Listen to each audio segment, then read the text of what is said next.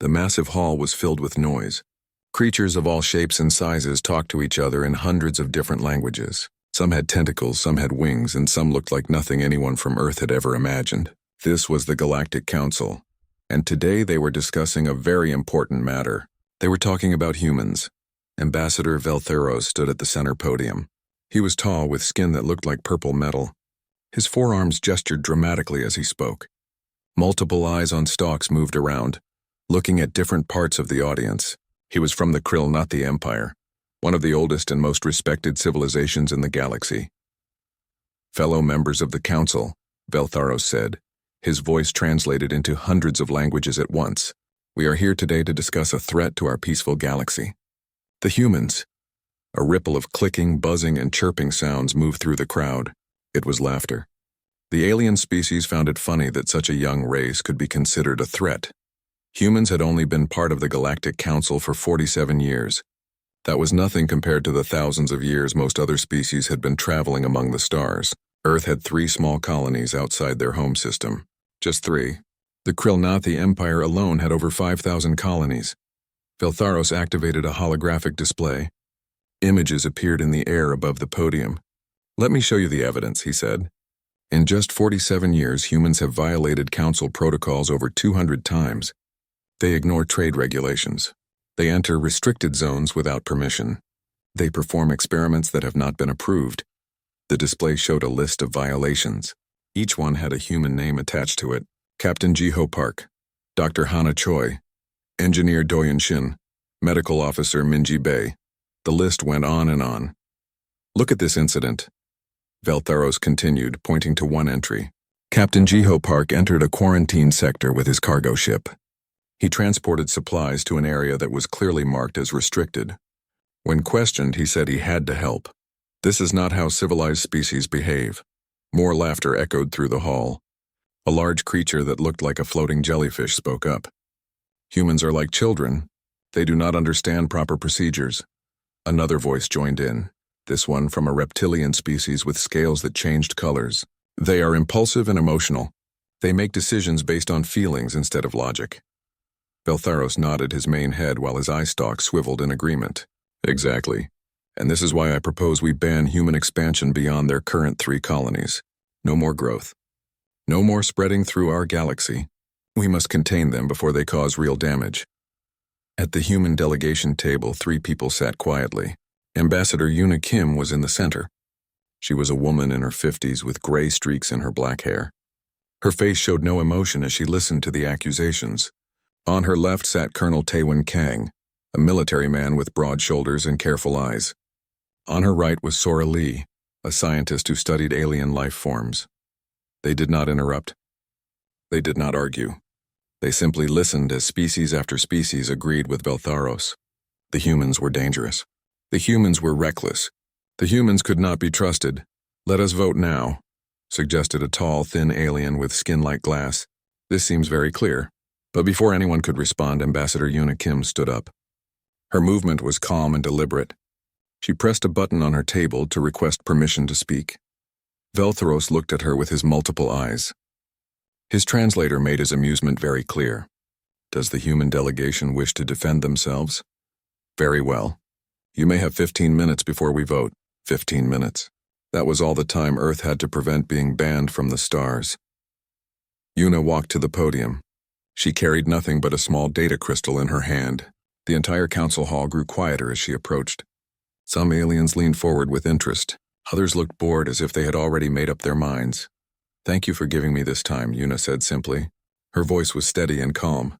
I know you have seen a long list of our violations. I know you think you understand what humans are. But before you vote, I want to show you something. She held up the small crystal. This contains video recordings of the incidents you mentioned. The real footage. The full story. I only ask that you watch it before you make your decision. Veltheros made a sound that his translator turned into a laugh. You want to show us videos? Will this change the facts?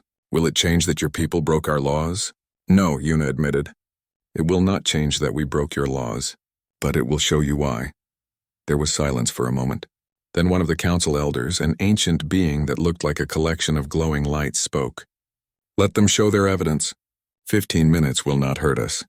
Veltheros waved one of his four hands in a dismissive gesture. Very well. Show us your videos. We could all use entertainment before we vote to ban your species. More laughter filled the hall. Many of the aliens clearly thought this would be a waste of time. The humans had broken the rules. What explanation could possibly matter? Yuna inserted the crystal into the holographic system. The lights in the massive hall began to dim. The spherical display at the center of the chamber came to life. Colonel Taiwan and Scientist Sora returned to their seats, their faces serious. Let me show you why, Yuna said quietly as the first image appeared on the display. The hall grew completely silent. 847 species waited to see what the humans would show them. Most expected excuses, some expected begging. A few expected impressive technology demonstrations. None of them expected what actually appeared on the screen. The video began with a date stamp and location code. New Busan Colony 3 years ago. The image showed a mining operation on a distant planet. Then the ground started to shake.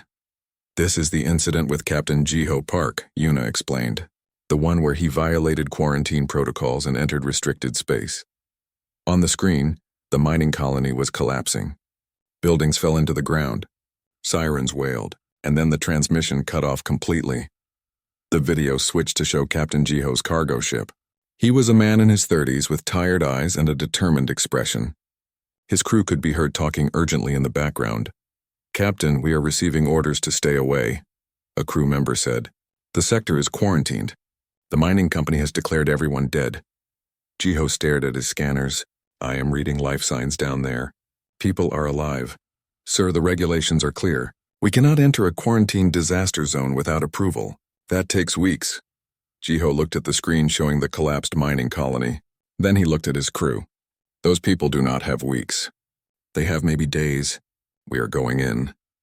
The council chamber was absolutely quiet now. Every alien eye stalk optical sensor and sensory organ was focused on the display. What had been entertainment was becoming something else entirely. The video continued playing on the massive display. Captain Jiho's ship descended toward the collapsed mining colony. The footage showed dust clouds and broken structures.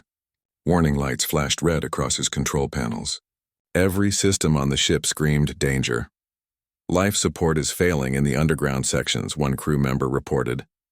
If anyone is alive down there, they have maybe 48 hours of air. Jiho landed his ship as close as he could to the collapsed main entrance. The ground was still unstable. Aftershocks shook the surface every few minutes. The mining company had been right about one thing. This place was dangerous, but Jiho and his crew went to work anyway. They did not have proper rescue equipment. They used cargo loaders as digging machines.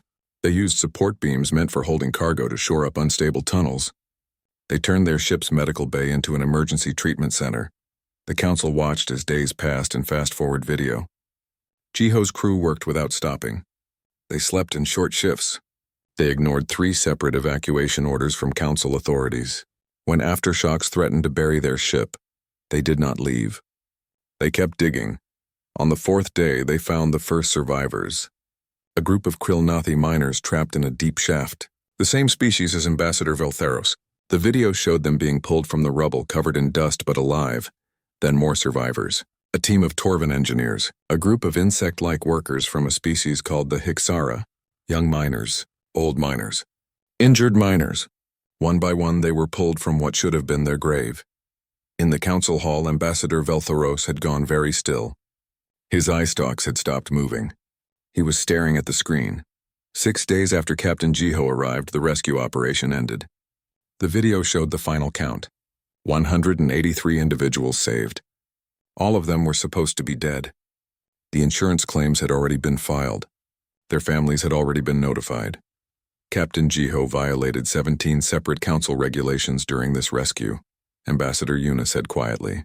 He entered a quarantine zone. He used unapproved rescue techniques. He refused evacuation orders. He broke all your rules. She paused and looked around the hall. The mining company later tried to charge him for the cost of the unauthorized rescue operation. A murmur went through the alien audience. Some were clicking their languages in what sounded like approval. Others remained silent, thinking. But the video was not finished.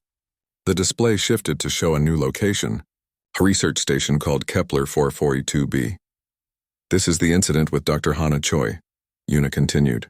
The scientist you said was conducting reckless experiments. The video showed a clean, organized research facility. Scientists from many different species worked at stations studying various projects. Everything looked normal and proper. This was clearly a well-run operation. Dr. Hana Choi appeared on screen. She was a young woman with glasses and hair tied back in a practical style. She was talking to a group of senior researchers who did not look happy. We have been studying cellular degeneration for 30 years, one of them said. He was from a species with blue skin and 4 fingers. Your proposed timeline is impossible. Research takes time. Proper procedures must be followed. Hana held up a datapad. But the procedures are slow because they are designed to be safe. I understand that. But what if we could get the same results faster? What if we could verify the data in months instead of years? The senior researchers looked shocked. That would violate every established research protocol, one of them said. I know, Hana replied. But would it work? The video fast-forwarded through several weeks. It showed Hana's small team working late hours, running experiments that made the other researchers nervous. They used accelerated testing methods. They took shortcuts that went against everything the scientific community considered proper. The other scientists complained. Reports were filed. Eventually, Hana's team was given a formal warning. If they did not follow proper procedures, they would be expelled from the station. Then the plague arrived. The video showed news reports from a nearby agricultural colony called Harvest Station. A viral mutation had appeared. It spread quickly through the population. People were getting sick. People were dying. The colony had almost 90,000 residents from multiple species. Everyone wanted to help, but developing a treatment took time. Following proper research protocols, the scientific community estimated 18 months to create a cure. Computer projections appeared on the display. Based on the spread rate, 34,000 people would die before a treatment could be developed. It was a tragedy, but it was also reality. Medicine took time, except Hana's team had data that no one else had. Their accelerated research on cellular degeneration had given them information that would take other scientists years to gather, information that could be used to fight the plague. The video showed Hana working frantically with her team. They worked 20-hour days. They used every shortcut they had learned. They ignored proper procedure after proper procedure. Other scientists told them to slow down, to verify their results properly, to follow the rules. Hana ignored all of them. 19 days after the plague was discovered, her team had a working treatment. The video shifted to show the recovery wards at Harvest Station. Rows and rows of beds filled with people who had been dying. Now they were getting better. The treatment worked. Families reunited. Parents held children. A young Torvan couple cried tears of relief as their infant recovered. An elderly Krilnati man who had been hours from death was sitting up and eating soup. The computer projection appeared again. Based on proper research timelines, 34,000 people should have died. Because Hana broke the rules, fewer than 2,000 people died. 32,000 individuals went home to their families instead of becoming statistics. In the council hall, the noise level was rising. Aliens were talking to each other. Some still looked disapproving. But many others were looking at the human delegation differently. The video was not done. A third incident began to play. This one showed a cargo ship in deep space. The ship belonged to a human captain named Hyon. This violation involved entering a restricted asteroid field, Yuna explained. Without permission, Captain Hyon risked his ship and crew to retrieve a research probe. The video showed the asteroid field. It was dense and dangerous. Ships were not supposed to enter it without special equipment and clearance. But Captain Hyon's ship moved carefully through the floating rocks anyway. Why are we doing this? One of his crew members asked nervously. It is just a probe. Hyon kept his eyes on the navigation display. That probe contains genetic samples from an extinct species. Scientists spent 50 years collecting them. If we lose that data, those creatures are truly gone forever. The mission took 8 hours. The ship was damaged by several small asteroid impacts. But Captain Hyon retrieved the probe and delivered it safely to the research facility. 3 months later, scientists successfully cloned the first specimen of the extinct species. An entire form of life was brought back from extinction. More incidents played across the display. Each one told the same story. A human broke the rules. There was a good reason. Lives were saved. Problems were solved. Things that should have been impossible became reality. Medical officer Minji Bay performed unauthorized surgery on a dying alien dignitary. The council protocol said she needed approval first. Approval would take 4 hours. The dignitary had 11 minutes before death. Minji operated without permission. The dignitary lived. Engineer Doyen Shin modified a space station's life support without authorization. The station master was furious about the violation, until Doyen explained that he had detected a cascade failure. The automated systems missed. His unauthorized modifications prevented a disaster that would have killed 3,000 station residents. The pattern was becoming impossible to ignore. Every broken rule had a reason. Every violation had saved someone. Every time a human refused to follow proper procedure, it was because proper procedure meant someone would die. But the most important video was still coming. Ambassador Yuna prepared to show them the incident at Praxis Station. The one that would change everything. The holographic display showed a massive space station. Praxis Station was huge, one of the major trading hubs in the outer sectors. 12,000 people from 47 different species lived and worked there. The station floated peacefully in space, lights glowing from thousands of windows. Then the alarms started. Ambassador Yuna's voice was quiet but clear. 2 years ago, Praxis Station experienced a catastrophic reactor failure. What you're about to see is the full recording of that incident. The video showed the station's control center. Operators were running between stations, their faces showing panic. Warning lights flashed red across every display. A Torvin station commander was shouting orders. Reactor core is approaching critical temperature. We have maybe 6 hours before complete meltdown. Another operator called out. Sir, we need to begin evacuation procedures immediately. The commander looked at his screens. The numbers there told a terrible story. We do not have enough transport ships for everyone. Even if we start now, we can only evacuate 4,000 people before the reactor goes critical. The camera zoomed in on the calculations displayed on the main screen. 12,000 people on the station. 4,000 could be evacuated safely. That left 8,000 people who would die in the reactor explosion. The video showed the Council Emergency Response Team being contacted. They appeared on screen, a group of officials from various species. They looked at the data carefully. The situation is unfortunate, the response coordinator said. He was from a species that looked like a walking tree. But we must follow proper protocols. Evacuate essential personnel. Seal the station. Let the reactor burn itself out safely. It will take approximately 6 months. But what about the people we cannot evacuate? The Praxis commander asked. There was a long pause. Then the coordinator spoke again. Acceptable losses. I am sorry, but attempting to repair the reactor is too dangerous. The risk assessment shows a 97% chance of failure. We cannot risk more lives on such low odds. The words hung in the air. Acceptable losses. 8,000 individuals were considered acceptable losses. In the council hall, many aliens shifted uncomfortably. This was standard protocol. Everyone knew it.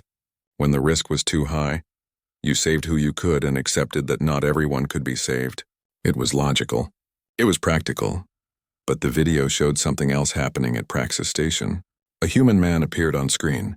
He was in his 40s with gray in his hair and tired eyes. His name tag read Sunho Nam Engineering Consultant.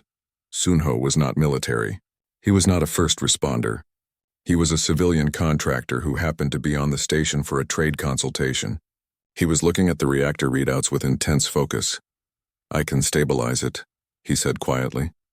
The Torvin commander looked at him. What did you say? Sunho pointed at the display. The reactor. I can stabilize it. I have studied this type of reactor design. I know what is failing. If I can reach the core control systems, I can prevent the meltdown. The Council Emergency Response has already made their assessment, the commander said. They said repair attempts have a 97% failure rate. They are probably right, Sunho admitted. But 3% is not zero, and 8,000 people are not acceptable losses to me. The commander stared at him. You would go into a failing reactor core? That is suicide. Sunho was already putting on a radiation suit. Maybe, but maybe not. I need 3 hours. If I cannot fix it in 3 hours, I will evacuate with everyone else. The video showed Sunho contacting the Council Emergency Response himself. His transmission was recorded. This is Sunho Nam on Praxis Station. I'm going to attempt to stabilize the reactor. The response coordinator appeared on screen again. Negative. That is not authorized. Evacuation protocols are in effect. You must leave the reactor area immediately. 8,000 people will die if I do nothing, Sunho said. I can save them. I am going in. You do not have authorization. If you proceed, you will be in violation of emergency protocols. There will be consequences. Sunho looked directly at the camera. Then there will be consequences. I can live with that. Can you live with 8,000 deaths? He ended the transmission and walked toward the reactor chamber. The next part of the video was taken from Sunho's helmet camera. It showed him crawling through narrow corridors filled with steam and heat. Warning signs glowed everywhere. Radiation alerts flashed constantly. Numbers appeared on his suit display. Radiation exposure levels rising. At his current exposure rate, he would receive a lethal dose in 40 minutes.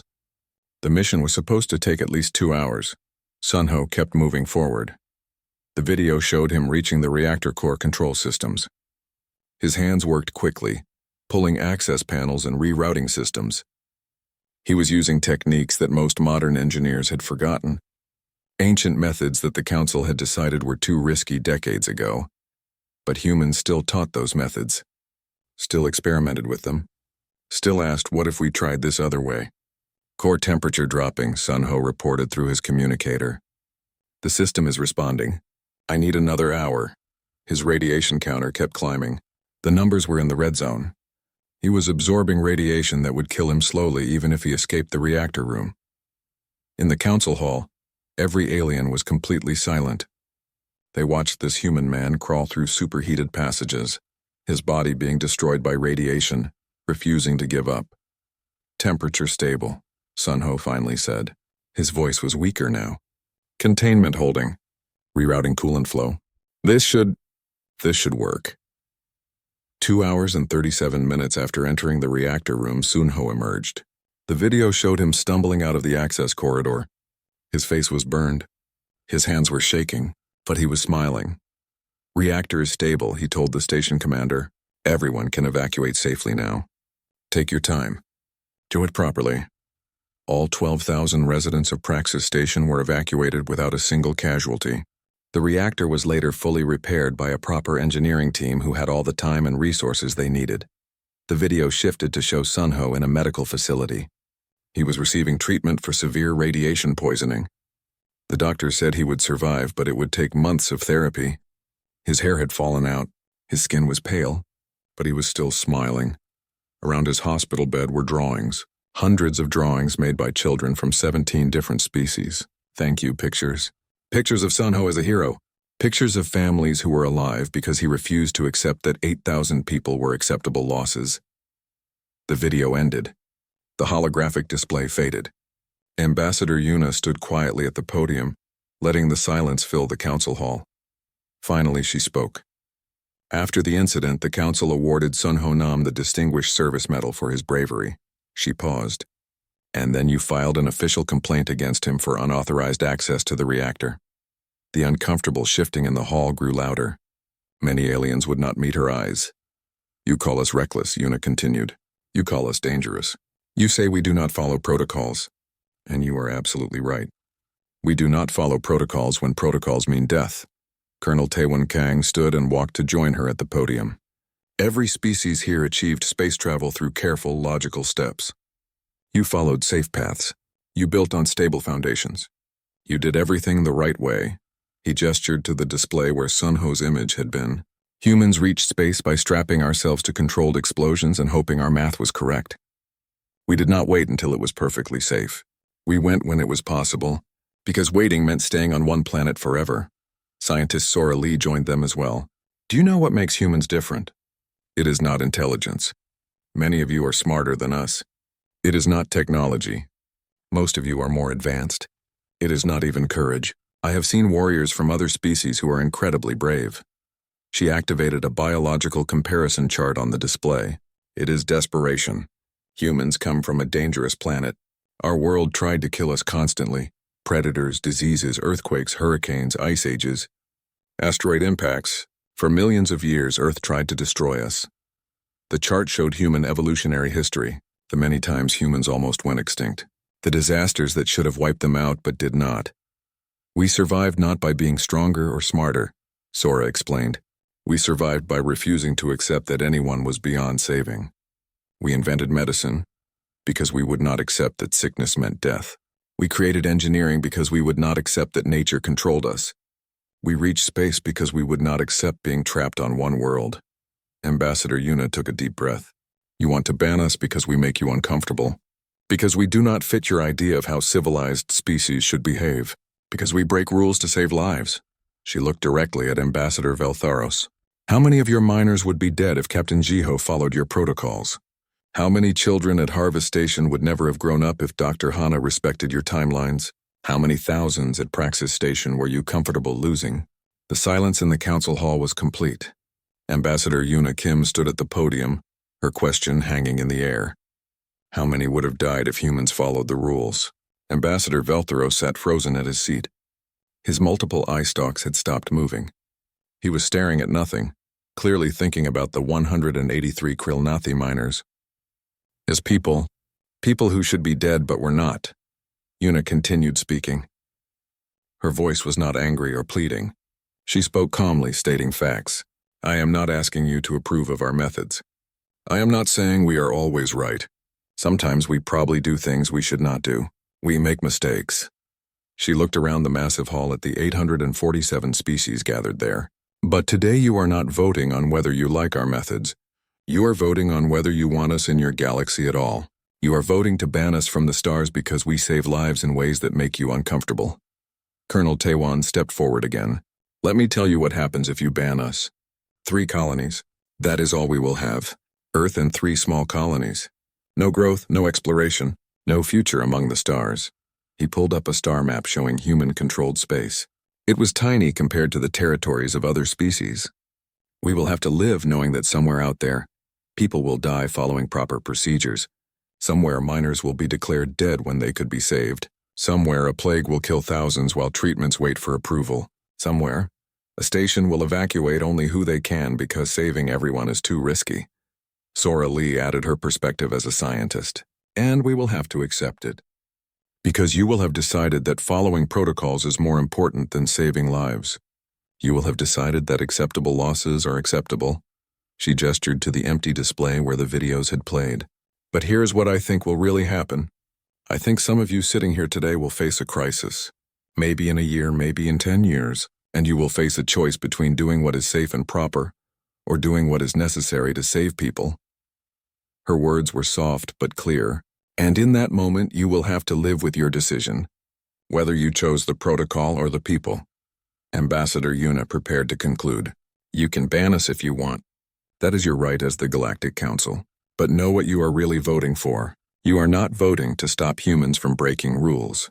You are voting to return to a galaxy where sometimes the rules matter more than the lives they are supposed to protect. She gathered her data crystal from the podium. That is all I have to say. The decision is yours. The 3 humans walked back to their delegation table and sat down. They had said everything they could. Now they could only wait. The council chamber erupted into noise. Aliens were talking to each other in every language imaginable. Some were arguing. Some were agreeing. Some looked angry. Others looked thoughtful. The council elder, the being made of glowing lights, called for order. We will now open the floor for debate before the vote. Any species may speak. The Torvan ambassador stood first. She was a large reptilian creature with golden scales. I must speak against this ban. 3 years ago, the human medical officer saved our diplomatic ambassador to this very council. Minji Bay performed surgery without authorization because our ambassador was dying. If she had waited for proper approval, he would be dead. She looked around the chamber. That ambassador is my brother. I vote against the ban. A representative from the Hixara insect species clicked and buzzed. The translator converted it to words. 6 of my nest kin were rescued from the New Busan mining disaster by Captain Jiho Park. They live today because a human broke quarantine rules. I vote against the ban. But others stood to argue for the ban. A tall being with crystalline skin spoke next. I understand emotions are high, but we cannot make exceptions to our protocols. If we allow humans to break rules, what stops others from doing the same? We will have chaos. Another voice joined in. The humans got lucky with these incidents. Next time they might not be so lucky. Next time their recklessness might cause disaster instead of preventing it. The debate went on for hours. Species who had never spoken to each other before were now arguing passionately. The Krilnathi Mining Union sent an emergency transmission asking to testify. 183 of their members wanted to speak about what Captain Jiho had done. Messages flooded the council communication channels. Parents from Harvest Station sent thousands of messages for Dr. Hana Choi. Images of their children who were alive because she broke research protocols. Families from Praxis Station organized a vigil outside the council chambers. 12,000 beings who should have been acceptable losses. The arguments grew more intense. Species that normally agreed were divided. Some pointed out that humans had been part of the council for 47 years, without causing any major disasters. Others argued that it was only a matter of time before their recklessness led to catastrophe. They have no respect for proper authority, one ambassador shouted. They saved my daughter's life, another responded quietly. The divide was not between species or regions. It was between those who valued order above all else and those who valued life above all else. Both sides had good arguments. Both sides believed they were right. Finally, after 7 hours of debate, the council elder called for quiet. We have heard all arguments. It is time to vote. The motion is to ban human expansion beyond their current 3 colonies. A vote of yes supports the ban. A vote of no opposes it. We need 424 votes to pass the ban. The chamber grew silent again. This was the moment. 847 species would decide humanity's future among the stars. The voting was electronic. Each delegation entered their vote privately. The results would be displayed on the central holographic sphere in real time. Ambassador Yuna Kim sat calmly at the human delegation table. Her hands were folded in front of her. Colonel Taewon sat stiffly, his military training keeping his face neutral. Scientist Sora had her eyes closed, perhaps praying or perhaps just thinking. They had done everything they could. The rest was not up to them. The vote began. Numbers started appearing on the holographic display. 2 columns. For the ban. Against the ban for the ban, 10 votes. 20 votes. 50 votes against the ban, 8 votes. 15 votes. 32 votes. The numbers climbed steadily. The hall was completely silent except for the soft sounds of the counting system. Every alien in the chamber was watching the display. For the ban, 100 votes. 150. 200 against the ban, 75 votes. 100, 130. The ban was ahead. It was winning. Earth's time among the stars might be ending, but something was happening. The votes against the ban were accelerating. They were coming faster than before. For the ban, 250. 280. 300 against the ban, 200. 240. 270.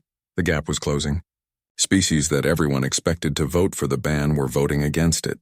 Delegations were surprising everyone, including themselves, for the ban, 350. 370.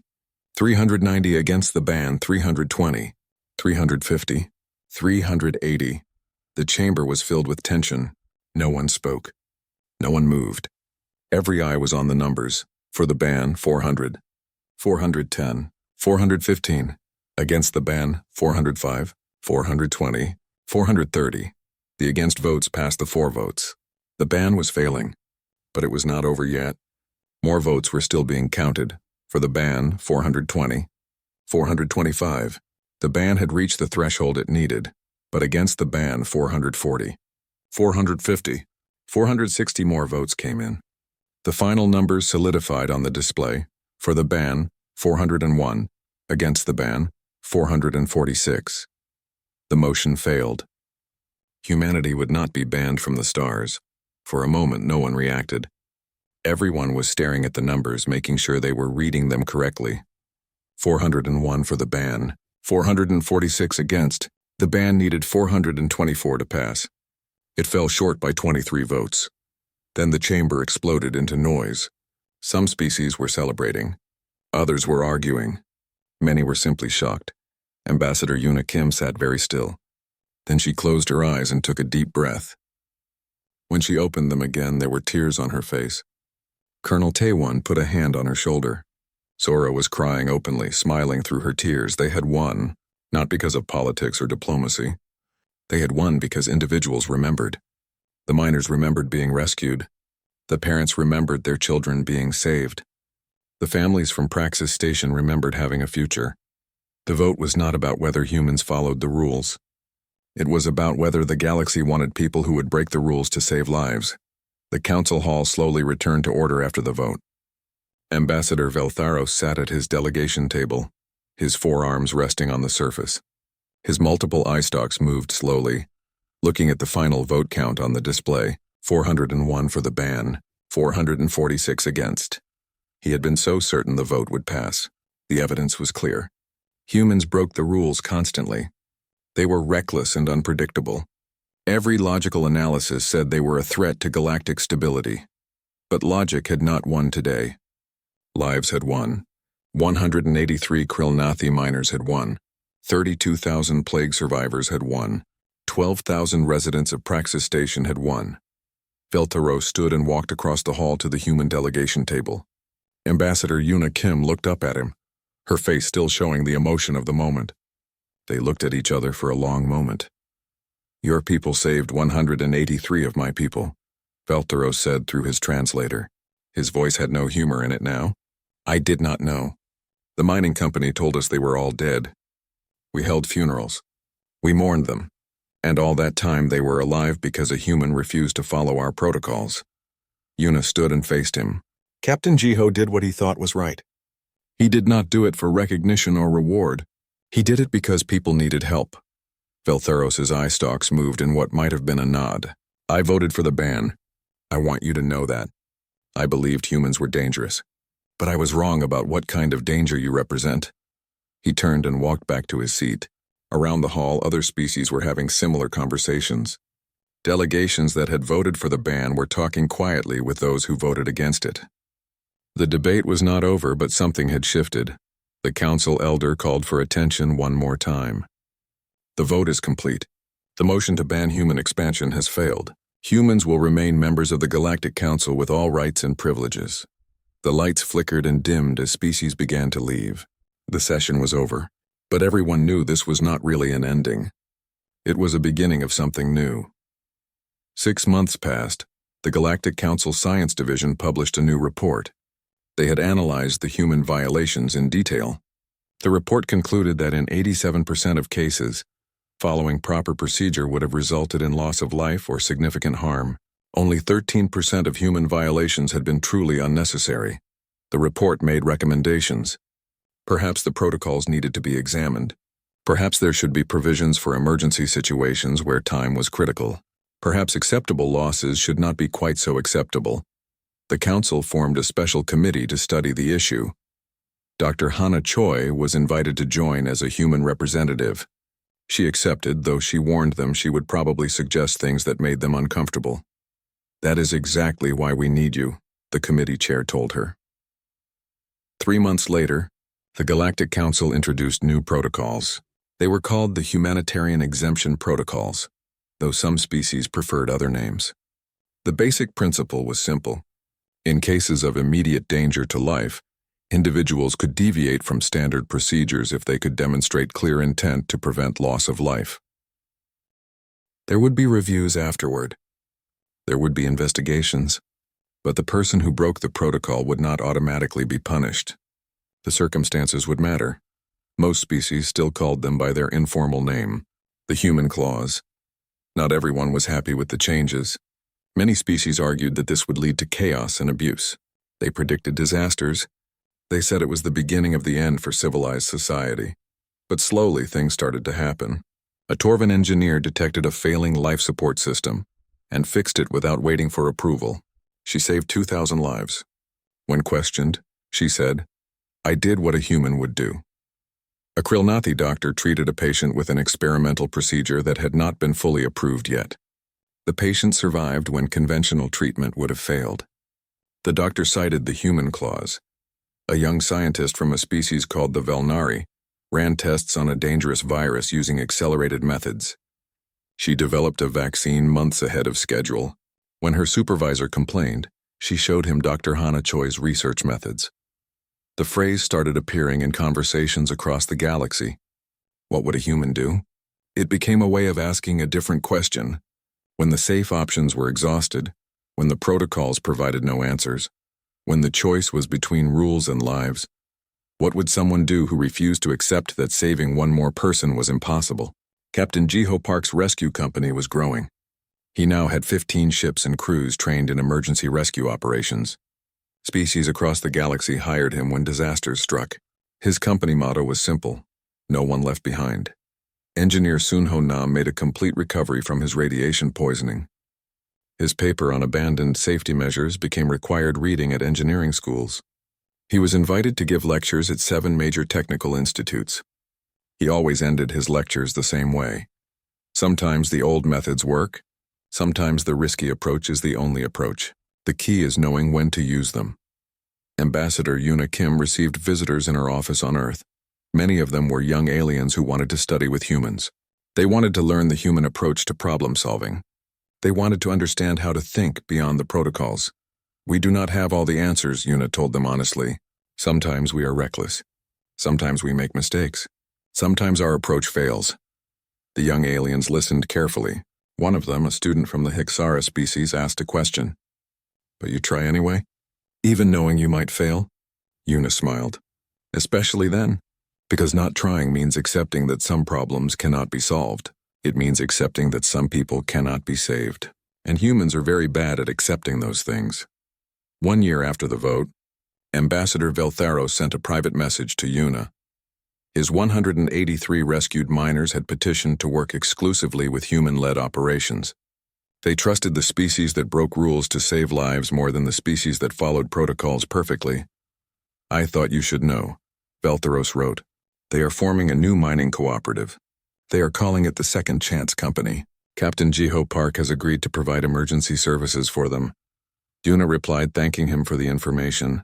Then she added a personal note. Your people were never acceptable losses. No one is. Veltharos's response came quickly. I am beginning to understand that. It is a difficult lesson for my species. We have always believed in logic and order, but perhaps there is room for both logic and compassion. The changes spread slowly through galactic society. Not everyone accepted the new ways. Some species refused to adopt the human clause. Some considered it dangerous and continued following strict protocols. But others embraced it. Research stations started testing new accelerated methods. Rescue operations began taking calculated risks. Medical facilities tried experimental treatments when conventional ones were failing. And sometimes it worked. Sometimes the risks paid off. Sometimes people who should have died lived instead. Other times it did not work. There were failures. There were accidents. A Torvan rescue team died attempting a dangerous operation that might have saved trapped miners. A research facility had to be evacuated when an experimental protocol went wrong. A ship was lost trying to reach a distressed vessel in a dangerous sector. Each failure was examined. Each loss was mourned. And the galaxy had to grapple with a difficult question. Was it worth it? Were the lives saved worth the lives lost trying to save them? Humans thought so. They had always thought so. Their entire history was filled with people who died trying to help others. Who died trying to push boundaries. Who died trying to do the impossible. And slowly, other species began to understand. The lives saved at New Busan. The 32,000 who survived the plague. The 12,000 from Praxis Station. Those people went on to have families, to create art, to make discoveries, to live full lives. How many children were born who would never have existed? How many inventions were created by people who should have died? How many problems were solved by individuals who were supposed to be acceptable losses? The galaxy could not measure it exactly, but it knew one thing. The galaxy was different now, richer somehow, fuller. 5 years after the vote, a major disaster struck a colony world. A massive earthquake devastated the capital city. Millions were trapped in collapsed buildings. Conventional rescue operations predicted they could save maybe 40% of the trapped individuals. The call went out across the galaxy. What would a human do? Rescue teams arrived from 30 different species. They brought improvised equipment and experimental techniques. They ignored safety protocols when time was critical. They took risks that made their supervisors back home very nervous. They saved 72% of the trapped people. Not 40%, 72%. When asked about their methods, the rescue coordinator said simply, "We did what humans taught us. We refused to accept that anyone was beyond saving." Ambassador Yuna Kim heard about the rescue while attending a council session. She smiled quietly to herself. This was what she had hoped for. Not that humans would be special or celebrated, but that others would learn to ask that question. What would someone do who refused to accept the impossible? That night, she sent messages to Captain Jiho, Dr. Hana, Engineer Sunho, and all the others whose violations had started this change. "Thank you for being human," she wrote. "Thank you for showing the galaxy that rules exist to protect lives, not the other way around." The responses came back one by one. Jiho said he was just doing his job. Hana said she was still making researchers uncomfortable with her methods. Sunho joked that he was still dealing with the radiation damage, but it was worth it. None of them considered themselves heroes. They were just people who saw someone who needed help and helped them. The fact that it required breaking rules was secondary. The fact that it was dangerous was unfortunate but necessary, and that Ambassador Yuna thought was the most human thing of all. Not seeking glory or recognition, just seeing a problem and fixing it. Seeing someone in trouble and helping them. Seeing rules that prevented saving lives and breaking those rules without hesitation. The galaxy had laughed at the proposal to ban humans. They thought it was entertainment. They thought it was about punishing a young, reckless species for not knowing their place. Instead, they learned something about themselves. They learned that maybe acceptable losses were not so acceptable. Maybe proper procedures were not always proper. Maybe sometimes the reckless approach was the most logical one. The galaxy was still learning.